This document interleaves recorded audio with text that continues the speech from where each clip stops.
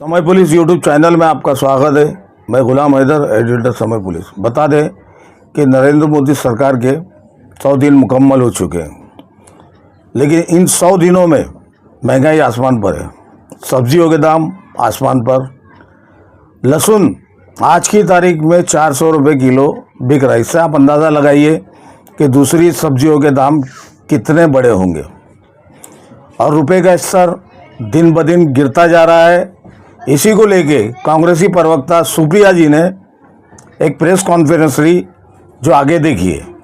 समय police YouTube channel को subscribe, share, like कीजिए। आपका एक सब्सक्राइब हमारे लिए ऑक्सीजन का काम करेगा। सब्सक्राइब करने का आपका कोई पैसा नहीं जाएगा। आपसे रिक्वेस्ट है कि चैनल को सब्सक्राइब करें। Thank you. यह अर्थव्यवस्था का फलसफा है। रुपया आपको मिला था 60 पर, 58 पर असल में 2014 में। आपने उसको 84 पे पहुंचा दिया। पिछले 100 दिनों में आपने हजारों लाख करोड़ फूके किसी तरह से रुपए को बचाने के लिए, लेकिन फिर भी रुपया आज 84 प्रति डॉलर के आसपास है। 82 पर था 100 दिन पहले।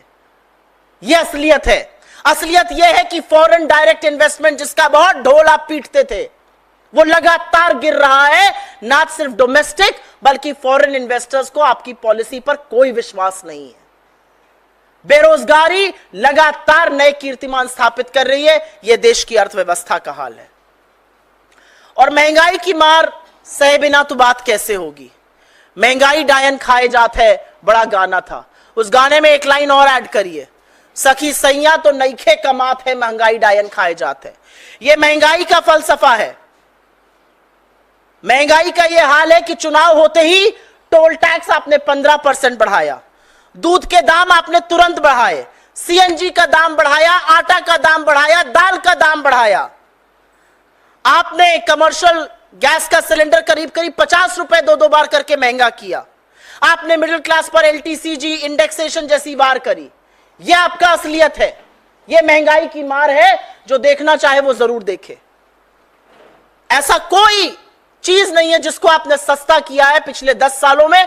100 दिनों में आपने आटा, दही, दाल,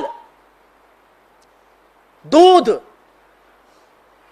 commercial LPG, CNG, toll tax, सबके दाम बढ़ाए हैं। और उसके बाद मैं बात करूंगी लद्दाख की।